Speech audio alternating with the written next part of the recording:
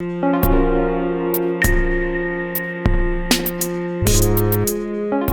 bom, gente. Lucas, capítulo 9, versículo 28. Cerca de 8 dias depois de dizer essas palavras, Jesus tomou consigo Pedro, João e Tiago e subiu para orar.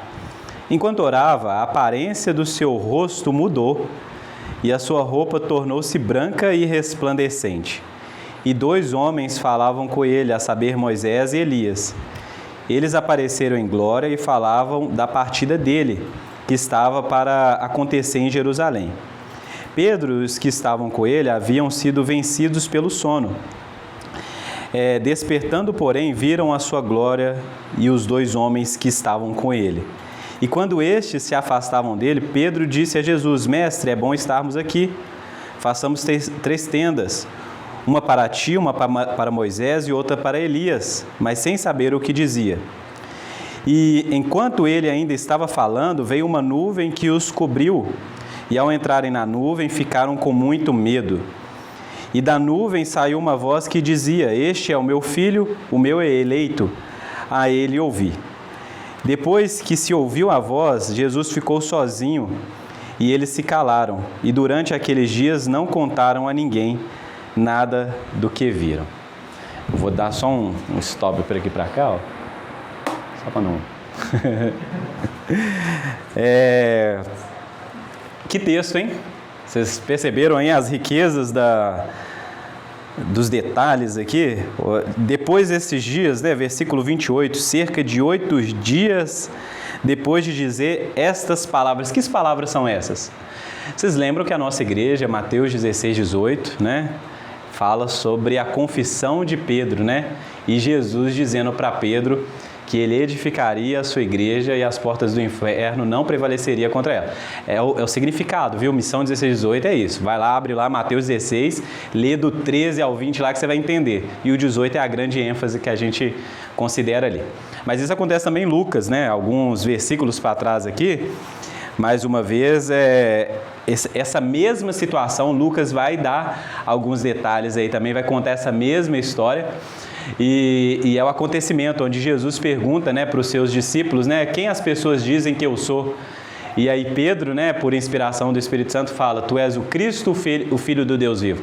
Então, o versículo 28 fala sobre isso aqui, viu, gente? Cerca de 8 dias depois de dizer estas palavras, Jesus tomou consigo Pedro, João, Tiago e subiu ao monte para orar. Depois de revelar qual era o plano de Deus, que ele iria realmente edificar uma igreja, que ele iria realmente trazer o seu projeto visivelmente diante do mundo, que a igreja seria esse instrumento de Deus para combater toda a obra de Satanás no mundo. Jesus, então, depois de 8 dias, sobe ao monte para orar. E Lucas é essa pessoa que fala sobre Jesus orando. Várias vezes Lucas vai destacar a importância da oração no ministério de Jesus. Então pensa bem, se o Filho de Deus era uma pessoa que se retirava para orar em vários momentos do seu ministério, nós não deveríamos fazer o mesmo nas nossas vidas, se retirar para orar. E a gente fala aqui no nosso discipulado que a oração de Jesus, ela fala da comunhão com Deus, de como nós devemos ter comunhão com Deus. Então Jesus, ele parte para um lugar para que ele possa ter comunhão com o seu Pai. Isso era importante. Por quê? Porque Jesus havia anunciado que é a sua morte. Jesus está caminhando para os últimos dias do seu ministério. Jesus está se preparando para aquele grande momento onde ele vai realmente se entregar pelos seus discípulos e se entregar pela sua igreja, se entregar pelas pessoas para que haja salvação. Mas isso é duro. Isso é algo que pesa no emocional de Jesus. É algo muito, dizer assim, pesado mesmo, para o ministério dele. E é por isso que ele se retira para orar, porque a gente sabe que quando as coisas começam a apertar, quando começa a ficar pesado demais, o que a gente deve fazer? Postar um Twitter, uma foto no Instagram. Não é isso que a gente deve fazer. A gente deve ir para o nosso quarto, a gente deve buscar comunhão com o nosso Pai, que conhece o nosso coração, conhece o nosso futuro, para que com essa relação de oração, de comunhão, nós possamos então ser fortalecidos para aquilo que nos espera adiante. Então a oração ele tem esse papel na vida do cristão, a oração tem esse papel na vida de Jesus.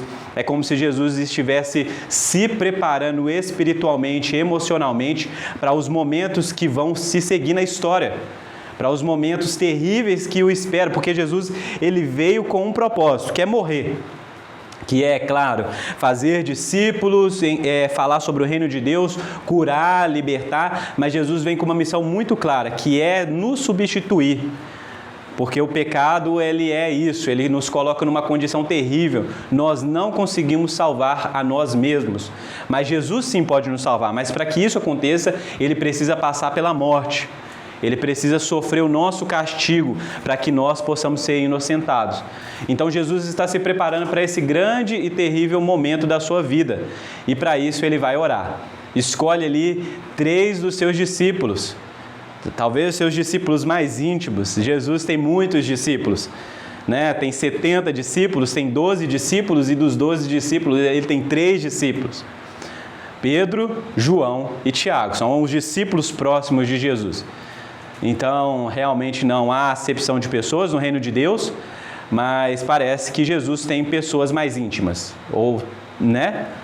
Parece que Jesus tem aquelas pessoas, por exemplo, João é aquela pessoa que tem uma intimidade que outro discípulo não tinha, que é de recostar a sua cabeça no peito de Jesus, no ombro de Jesus, ou seja, é um amigo muito mais próximo, tem um nível de intimidade muito mais próximo.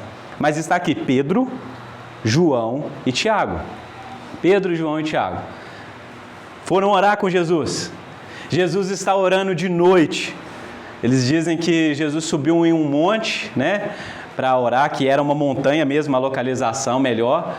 E eles estão ali virando a noite, é como se fosse uma vigília de oração. E o que acontece? Os discípulos mais íntimos de Jesus estão fazendo o quê? Dormindo. Dormindo. E isso aí você fala assim, isso é um absurdo. Mas não é um absurdo. Por quê? Porque você já dormiu num culto? Fala a verdade. Não precisa falar comigo, não. Eu já dormi. Às vezes eu estava ali no culto, ali, eu escutava que a palavra ali, o fogo estava caindo, e eu fui lá e dei uma cochilada. Foi o que aconteceu aqui. Pedro, Tiago e João, eles não aguentaram ali a oração ali, já estavam orando, né? Deus abençoa meu pecado, não sei, né? Vai que eles estavam assim, já viu quando você está com muito sono, você vai orar, você já começa a trocar as palavras, é melhor você dormir, não ora não.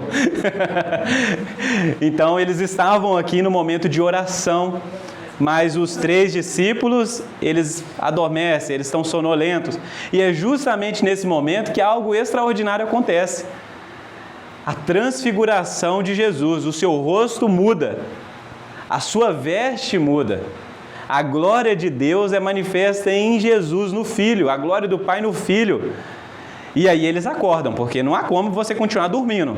Não é que eles continuaram dormindo, é que eles começaram a dormir, viram uma luz, acordaram e viram isso com seus próprios olhos.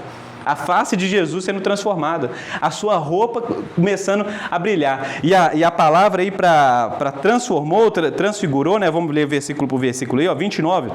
Enquanto orava, a aparência do seu rosto mudou e a sua roupa tornou-se branca e resplandecente. Tem alguma outra versão que falava aí, ó, a aparência mudou? Tem outra palavra? Com brilho de relâmpago. Com brilho de relâmpago. Com brilho de relâmpago. Essa tradução é excelente. Porque quando eu estava pesquisando essa palavra transformar, transfigurar, transformar, o original dessa palavra remete a isso aí. É um brilho de um relâmpago. Então eu quero que você imagine não uma simples transformação, não uma simples luz como essa luz de LED aqui. Eu quero que você imagine um relâmpago. Uma luz, sabe quando dá aquele relâmpago aquele raio assim que acende o céu? Você fala, nossa. A mãe da gente fala assim, ó, não segura faca, nem garfo, nem nada não, solta isso. Que dá aquele medo, né, que não tem essa história. Solta isso, não fica perto da janela não, não tinha essa coisa? E eu quero que você imagine essa cena, imagine o rosto de Jesus. As roupas dele, as roupas ficaram brancas e com um brilho de um relâmpago. Exatamente. Você não conseguiu enxergar. Um brilho. Então quem dorme diante de uma experiência como essa, de um relâmpago que não passa, imagina só, um relâmpago que não passa, esse era Jesus, o rosto dele, a veste dele, mudou de forma, transformou, uma luz se acendeu, e imagino que todo lugar também brilhou. E isso é uma imagem visível da glória de Deus. A gente está falando sobre Epifania, e Epifania é isso, é Deus manifestando quem Ele é e aquilo que Ele faz, Deus compartilhando com os seres humanos o conhecimento de quem Ele é. Então Deus aos poucos vai se revelando aos seres humanos em atos e palavras. Quando Jesus cura, Jesus está revelando o poder de Deus para curar. Quando Jesus prega, Ele está falando da sabedoria, do conselho, da soberania de Deus em ensinar, em dizer, em determinar leis. É Jesus manifestando quem Deus é em todos os momentos, em atos e palavras. E aqui Jesus está demonstrando o que é glória. Quando nós falamos glória a Deus, seria uma boa imagem de você ter na sua cabeça ao dizer isso. Porque glória é isso. Glória a essa majestade, esse poder, essa natureza sublime e sobrenatural que aparece diante de nós. Você já reparou que ninguém jamais viu a Deus? Mas o Filho de Deus, o Jesus, é quem nos revela esse Deus, a glória desse Deus. Por quê? Porque Deus é esse ser de glória, é esse ser de poder. E aqui Jesus orando, então algo aparece diante dos discípulos. Você sabe que no texto bíblico mesmo, no Antigo Testamento, as experiências de poder e de glória de Deus, elas são vistas assim uma vez e nunca mais, porque a pessoa morre, ou então elas são raríssimas. Por exemplo, você lembra da Arca da Aliança? Não tinha todo um ritual ali, a pessoa não podia tocar. A pessoa que chegava ali, tocava, caía, morria, porque era glória, porque era muita santidade, era muita glória, era Deus mesmo ali, a presença dele, e qualquer ruído de pecado, qualquer fragmento de pecado, era uma afronta à presença de quem ele era. Então ele simplesmente fulminava o pecado e o portador do pecado. O animal não podia tocar. Gente, quando Moisés sobe o monte e Deus aparece e tem aquela manifestação da glória de Deus, você lembra que não podia um animal pisar no pé do monte, senão o animal morre. Um animal. Então, isso é Deus. Isso é a presença santa de Deus, gloriosa de Deus. Eu preciso que você tenha isso em mente. Por quê? Porque nós nos reunimos para adorar um Deus que é santo, um Deus que é glorioso, um Deus que é sublime. Acontece que se você pensar seriamente sobre como pode um Deus ser tão diferente de nós, como um Deus pode ser tão santo, tão glorioso, tão sublime, e nós sermos o oposto de quem Ele é? Como que é possível? Por que Deus nos criaria dessa maneira? A questão é que Deus não nos criou dessa maneira. No projeto original, Adão e Eva compartilhavam desse tipo de relação, onde eles se encontravam com Deus, esse Deus glorioso. E a glória de Deus não era um risco para a vida deles. A glória de Deus não era um risco para a vida de Adão e Eva, pelo contrário, era o motivo da vida de Adão e Eva. Era parte de quem eles eram. É da mesma natureza. Eles também tinham algo semelhante, não era algo estranho a eles. Mas o pecado, ele acaba com essa característica, ele desfigura a nossa identidade.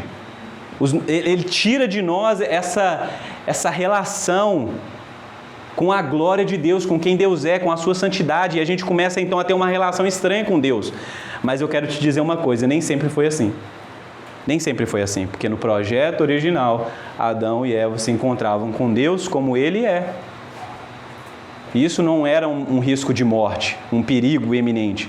Pelo contrário, era algo bom, era algo que promovia alegria. A glória de Deus promovia alegria em Adão e Eva. A glória de Deus promovia o prazer, o sentido da vida. Tanto que a experiência dos discípulos aqui nesse texto, qual é?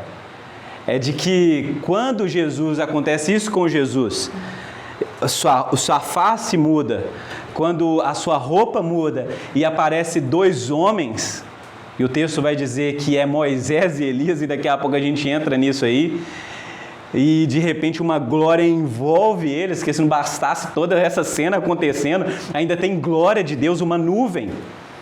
Essa nuvem, a famosa nuvem, a Shekinah, que o pessoal fala, né? É a Shekinah, que é uma nuvem de glória, é algo denso que envolve todos eles e eles não conseguem ver outra coisa senão essa luz branca, essa presença que não dá para determinar o que é exatamente, mas a gente sabe que é Deus.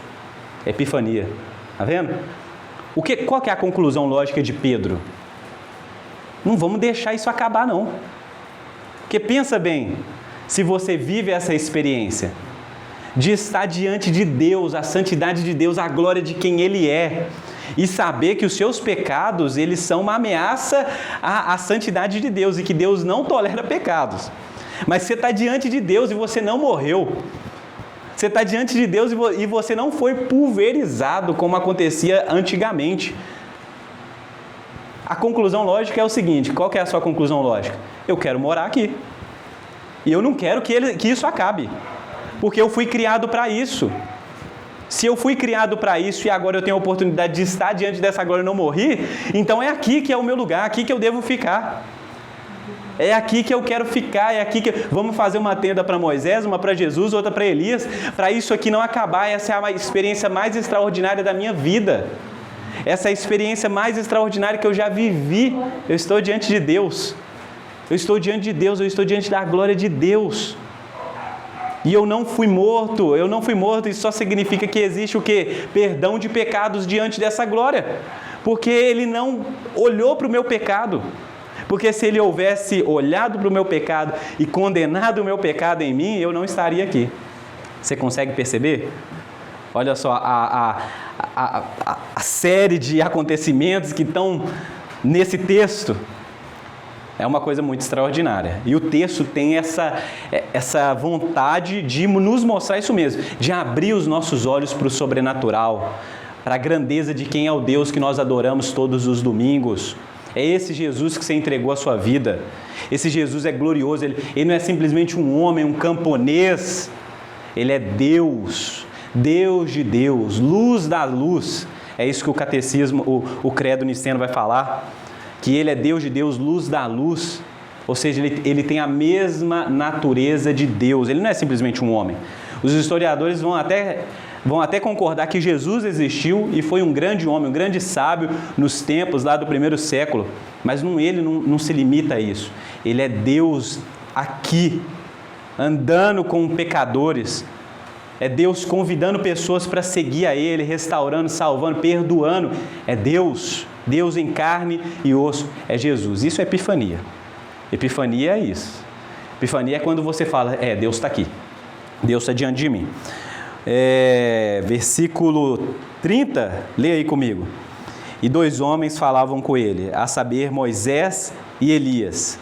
Eles apareceram em glória e falavam da partida que estava para acontecer em Jerusalém.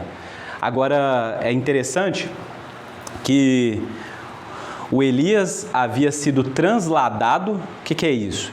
Ele havia sido arrebatado. Essa palavra arrebatado é isso. Isso aconteceu com Elias. O Elias não chegou a morrer. Ele era um profeta tão assim fora da curva, vamos dizer assim. Deus falou assim, sabe uma coisa? Vem para cá. Vai morrer não. Subiu. Simplesmente saiu da terra e foi. Isso aconteceu com outra pessoa na Bíblia, entendeu? Lá no Gênesis, lá no início, lá. Como é que era? Foi o Enoque, né? O Enoque foi também transladado, não chegou a morrer, não experimentou a morte. Parece que eram pessoas tão queridas de Deus, que Deus falou assim, sabe uma coisa? Vem, vai morrer não. Isso é querido. Isso é querido. Agora o Moisés, há 1.500 anos atrás, ou seja, Elias, 900 anos atrás, havia sido transladado, ok? Não experimentou a morte. Mas e o Moisés? Moisés havia morrido, a gente sabe disso. Lê lá o Pentateuco, que você vai ver que ele foi enterrado, que ele morreu, ele chegou a experimentar a morte, não pisou na terra prometida, experimentou morte, apesar de ter aí os rumores apócrifos aí, né, do corpo de Moisés, que teve a luta ali, que não está realmente na Bíblia que nós cremos, viu?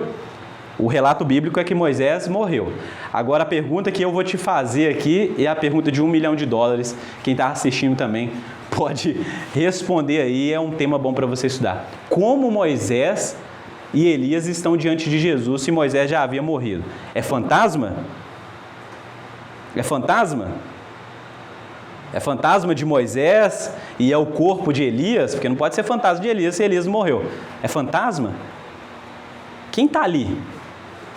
É Moisés mesmo? É Elias mesmo? E se é, como que eles já estão com corpos glorificados? Porque eles também apareceram em glória. Por exemplo, 1 Coríntios vai falar que a glorificação do nosso corpo é um evento futuro para a segunda vinda de Jesus. Que é na segunda vinda de Jesus que os mortos ressuscitarão e eles vão receber o quê? Corpo incorruptível.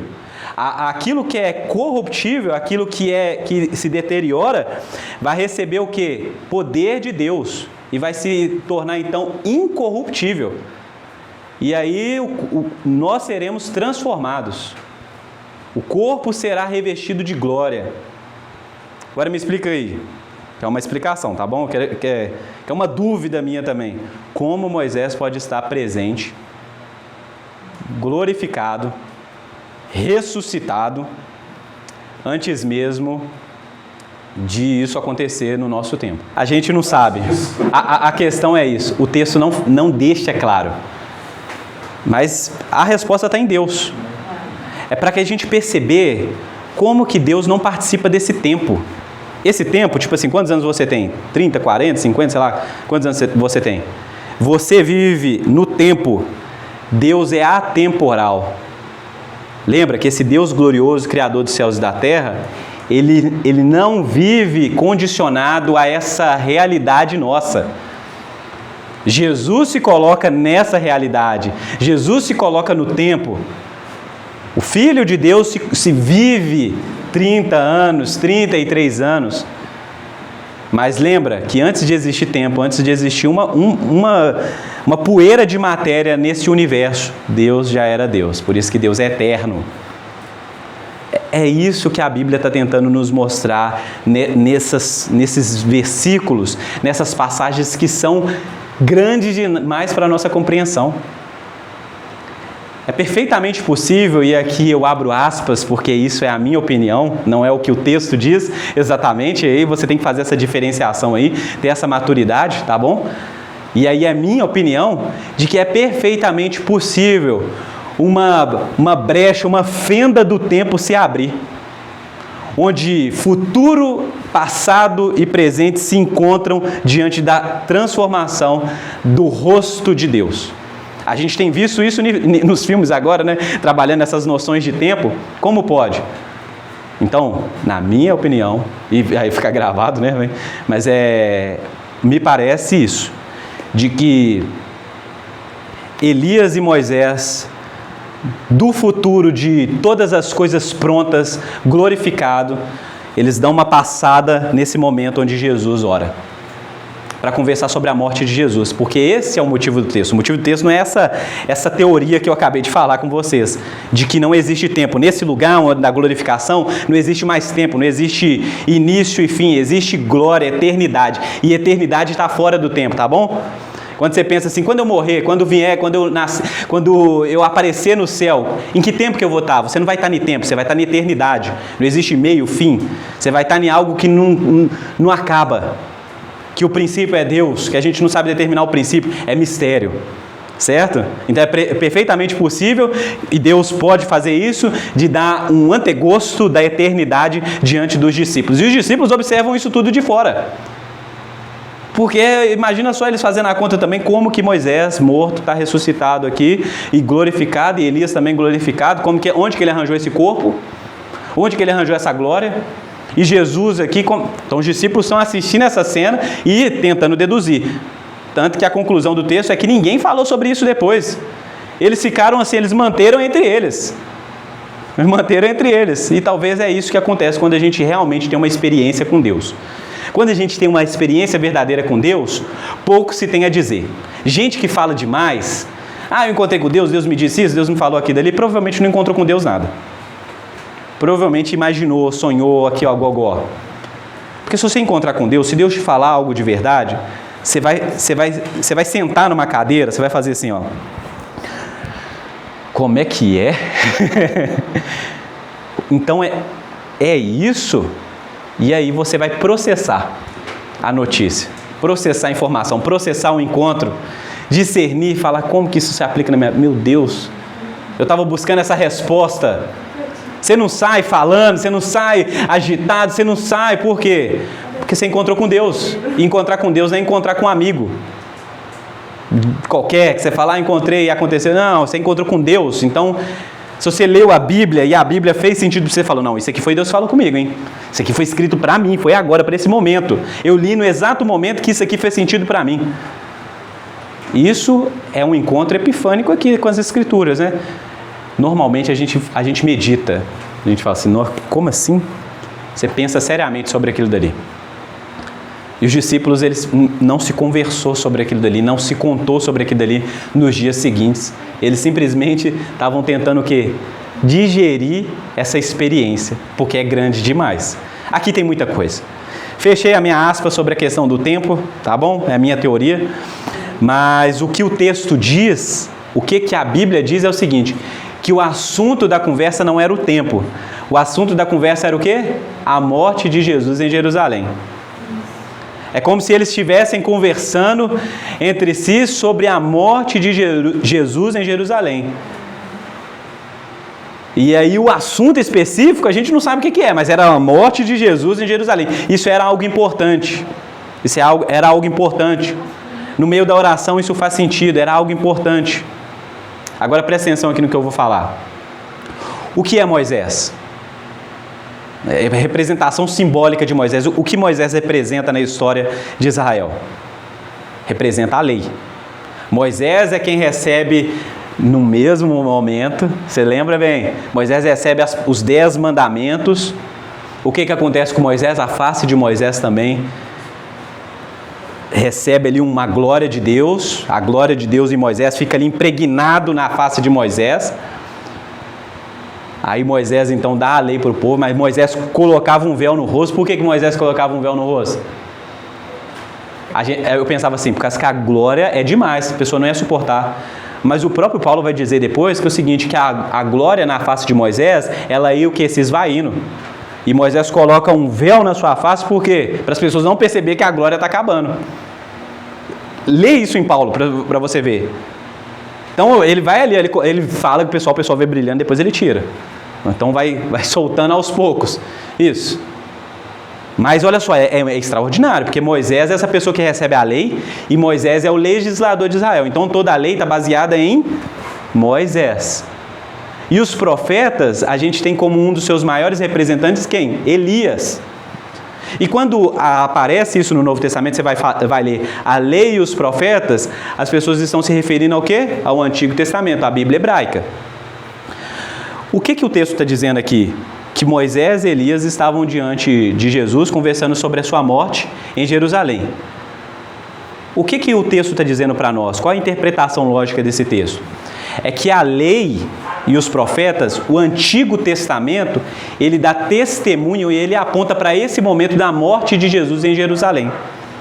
Então não há contradição, e a gente não pode supor contradição entre o Antigo Testamento e os relatos do Novo Testamento. Porque o Antigo Testamento, todos eles apontam o quê? Para Jesus, para a sua vinda, a sua morte, o seu reino.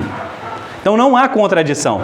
A lei apontava para Jesus, os profetas apontavam para Jesus. Então, conclusão lógica aqui para você aqui colocar em prática na sua vida essa semana.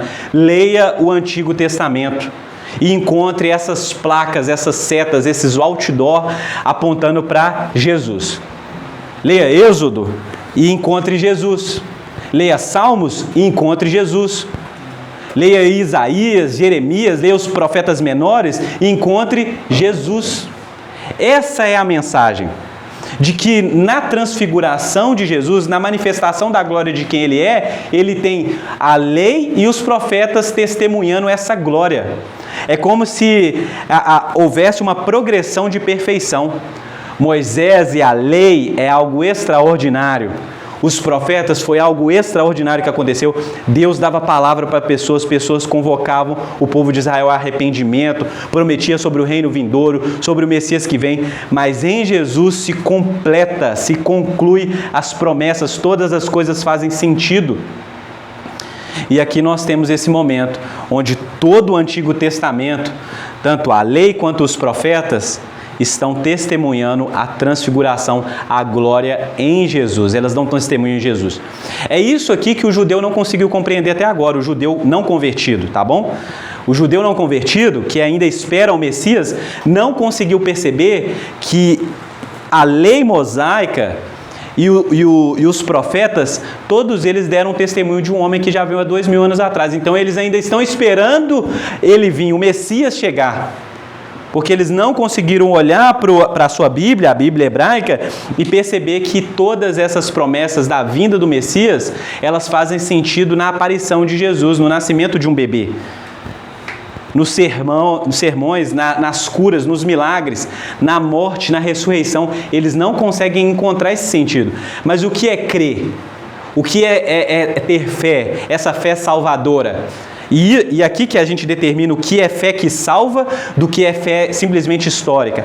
A fé que salva é essa fé que compreende que Jesus, ele não é só um homem que pisou a terra há 2000 anos atrás, mas é o cumprimento dessas promessas feitas no Antigo Testamento. Ele é o cumprimento. Eu não simplesmente creio que ele existiu, mas eu creio que ele cumpriu aquilo que Deus prometeu aos antigos. Cumpriu nele. As promessas fizeram sentido nele, se concluíram nele. Ele que traz o reino de Deus, é Ele que inaugura, é Ele quem revela a vontade do Pai, é Ele quem me salva, é Ele quem perdoa pecados, é Ele quem faz um caminho para Deus, é Ele quem me dá uma identidade, é Ele quem constitui a igreja. Ou seja, eu tenho em Jesus o principal fundamento da minha fé. E aí eu faço aquela oração, a oração de entrega, e eu falo: Jesus, então eu creio em você e eu entrego toda a minha vida a você, e você agora vai governar a minha história, porque eu vejo que toda a história só faz sentido na sua história. Eu olho para a história de Jesus há 2000 anos atrás e eu falo: a minha história só faz sentido se ela estiver dentro da história desse Jesus, desse Messias. E aí eu creio que de alguma maneira, e você não sabe como, eu não sei onde você nasceu, quais as suas aptidões profissionais, intelectuais, mas de alguma maneira, por mais simples que você ache que você é, mais insignificante que você acha que você pode ser, Deus te chama para fazer parte do plano dele. E a sua história faz parte da história, dessa grande história dele. É incrível isso. Como assim? Gente simples como nós faz parte de um grande plano extraordinário como o de Deus? É isso que o Evangelho é, essa boa notícia de que se você crê nisso, então você pode viver de acordo com isso. Você pode ter fé nisso, você pode descansar nessas promessas, de que isso não é uma história de outro, mas é a sua história também. Tá vendo? Versículo 33. E quando estes se afastavam dele, Pedro disse a Jesus: Mestre, é bom estarmos aqui. Façamos três tendas, uma para ti, uma para Moisés e outra para Elias. Mas sem saber o que dizia. E aí, enquanto ele ainda estava falando, veio uma nuvem que os cobriu. E ao entrarem na nuvem, ficaram com muito medo. E da nuvem saiu uma voz que dizia: Este é meu filho, o meu eleito, a ele ouvi. Depois que se ouviu a voz, Jesus ficou sozinho e eles se calaram. E durante aqueles dias não contaram a ninguém nada do que viram. Isso aqui é interessante demais. Porque a conclusão, como eu disse para vocês, é lógica. Estou experimentando a glória de Deus. E eu falo para vocês. E eu falo para você o seguinte: a glória de Deus não é simplesmente uma manifestação de luz ou de poder, uma coisa externa. É uma coisa que mexe internamente. Agostinho dizia que Deus havia nos criado para Ele e que a gente só estaria totalmente satisfeito quando nós nos encontrássemos nele, em Deus, certo? Então é como, tipo assim, ó, sabe essa vontade que você tem de ser feliz? Sabe, essa satisfação, por exemplo, quando você almoça e come aquela comida maravilhosa, você fala assim, eu estou satisfeito. Isso nem se compara à satisfação de você pertencer a Deus. Quando você descansa, você está nas férias lá e tal, água de coco, sombreiro lá, o mar, você fala, não, gente, isso aqui é descanso, eu estou descansando. Nem se compara ao que você vai experimentar na eternidade, na glória. Nem se compara. Isso é um gostinho assim de nada. Parece que em Deus a gente vai experimentar prazer, sensações que a gente não conhece ainda. É por isso que a Bíblia fala, né, que o Evangelho, a boa notícia, é mais doce que o mel.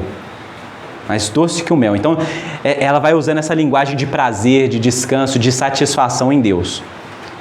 Então, imagina você hoje, saindo daqui, voltando, dirigindo para sua casa, ou chegando na sua casa lá e você está no seu quarto. E simplesmente Deus aparece para você assim e te envolve com a glória dele, com a nuvem, a Shekinah, a presença dele vem. Você percebe que seus pecados foram perdoados, mesmo antes deles dizerem, você vê que existe um ambiente de graça ali, porque senão você estaria morto. Todas as suas emoções começam a se equilibrar, você começa a desfrutar de felicidade que você nunca desfrutou na sua vida. Nem naquele dia que você riu até chorar, até a sua barriga doer. Nunca você desfrutou de tamanha felicidade, tamanha glória, tamanha satisfação.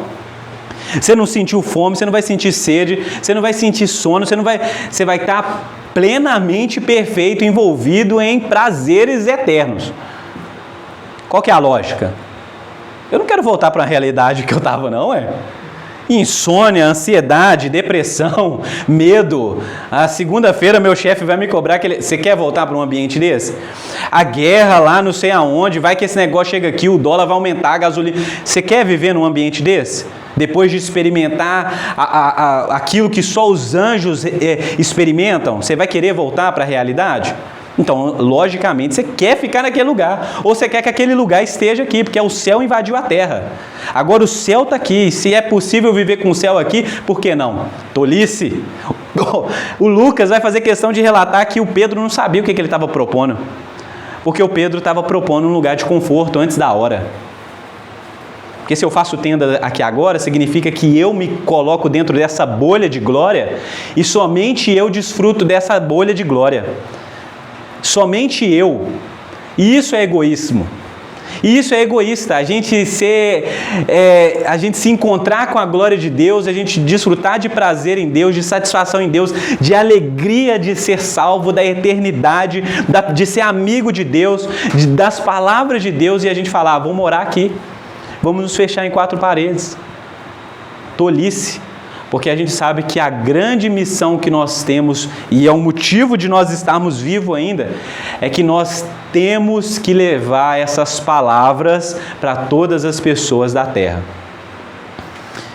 Então, antes da gente desfrutar esse momento, e vai chegar esse momento, que é o momento da segunda vinda de Cristo, que é algo bom, não fica com medo, que é algo ótimo, que é algo que toda a lágrima ela será enxugada, não haverá dor, não haverá sofrimento, a gente quer isso, mas antes que isso aconteça a gente tem uma missão, e é por isso que a gente não pode fazer tendas aqui agora, por isso que não faz sentido, entendeu? Uma igreja falava, a gente foi visitada pelo poder de Deus, e aí nada aconteceu, a gente só ficou ali, na nossa festa particular, não faz sentido. Aí a gente é convocado então a falar com as pessoas, olha só, existe algo que a gente de vez em quando experimenta, que é algo extraordinário, mas isso é apenas um antegosto dos céus, da eternidade, da glória. Por isso que a gente é convocado a convocar outras pessoas a participarem desse encontro com a glória de Deus revelada na face de Jesus. Amém? Porque isso é promessa para nós, o nosso corpo, nós também vamos ser transformados. Nós também vamos ser revestidos de incorruptibilidade. Você fala assim, você se olha no espelho e fala assim, nossa gente, tem uma espinha aqui na minha cara. Nossa, vou subir a escada e dar uma dor no joelho. Eu não aguento agachar e dar uma dor nas costas. O que é isso? Isso é o pecado operando na sua carne. Você está estragado, você não está entendendo isso. Cada dia você está mais perto da sua morte.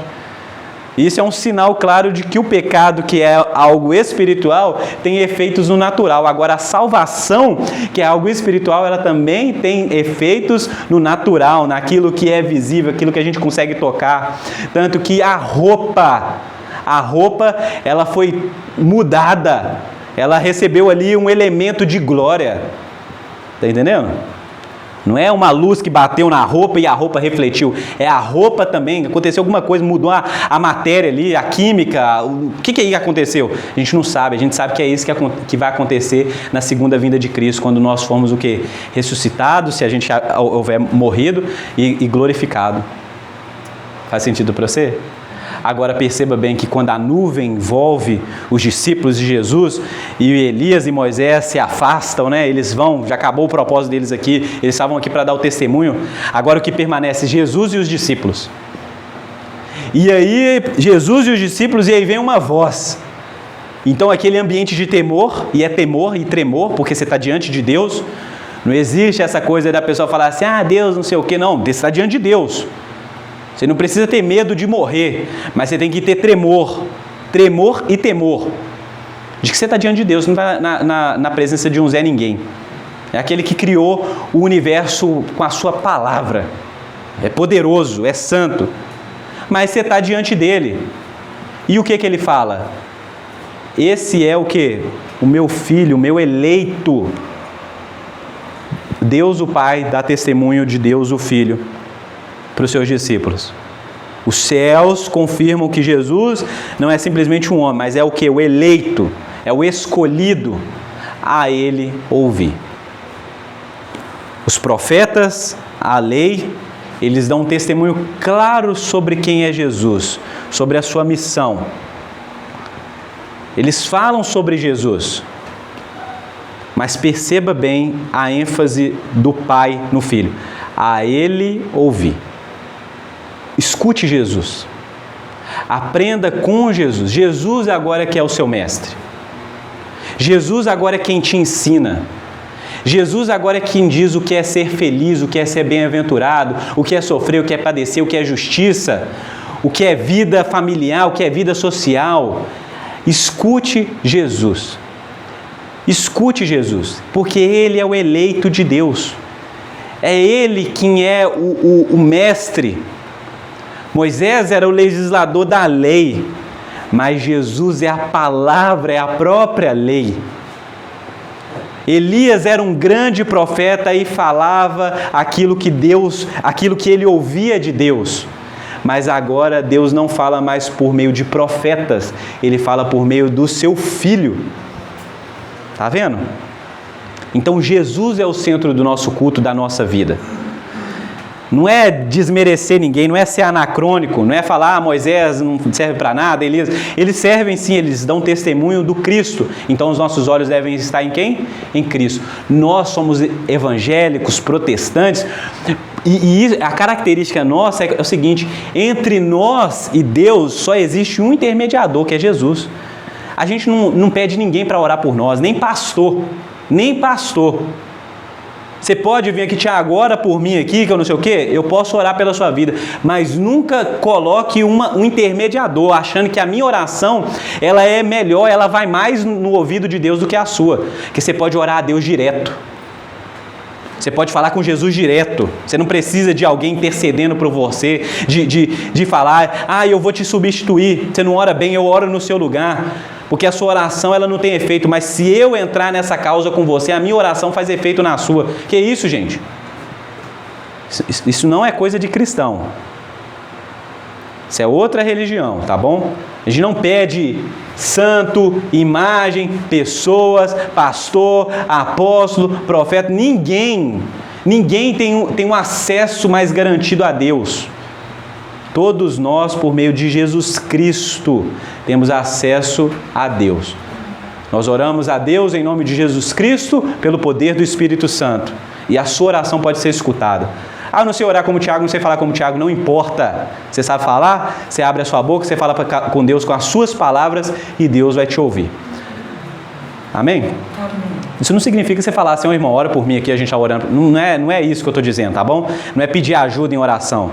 Não é contar com uma pessoa para orar com você, por você. Não estou falando isso. Estou falando de mediação. De você ser menor. Não tem isso. Todos nós estamos diante de Deus da mesma maneira, porque nós fomos colocados lá por Jesus. Mesmo nível. Ok? Desenvolva a vida de oração, desenvolva esse tipo de encontro com Deus, de que eu falo aqui também, né? Não tem problema nenhum, a gente ora uns pelos outros e às vezes isso é bom demais. Quando alguém chega e fala assim, Tiago, vou orar pela sua vida, vamos orar aqui agora, é muito bom. Mas que eu possa lembrar de que eu não preciso de um intermediador, um santo, uma pessoa, qualquer coisa, né? Que isso? A palavra ela fala que é Jesus, que é o nosso canal, a nossa ligação direta com o Pai. Então nós devemos também ouvir Jesus. Para fechar aqui esse momento, depois que se ouviu a voz, Jesus ficou sozinho e eles se calaram e durante aqueles dias não contaram a ninguém nada do que viram.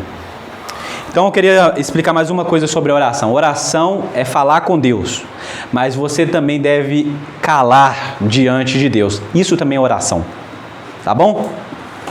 Oração é quando você fala, é quando você lê a Bíblia, é quando você tira aquele momento ali para abrir o seu coração diante de Deus. Mas lembre-se que o silêncio é parte importante da oração, tá bom? Os antigos faziam isso muito melhor do que a gente.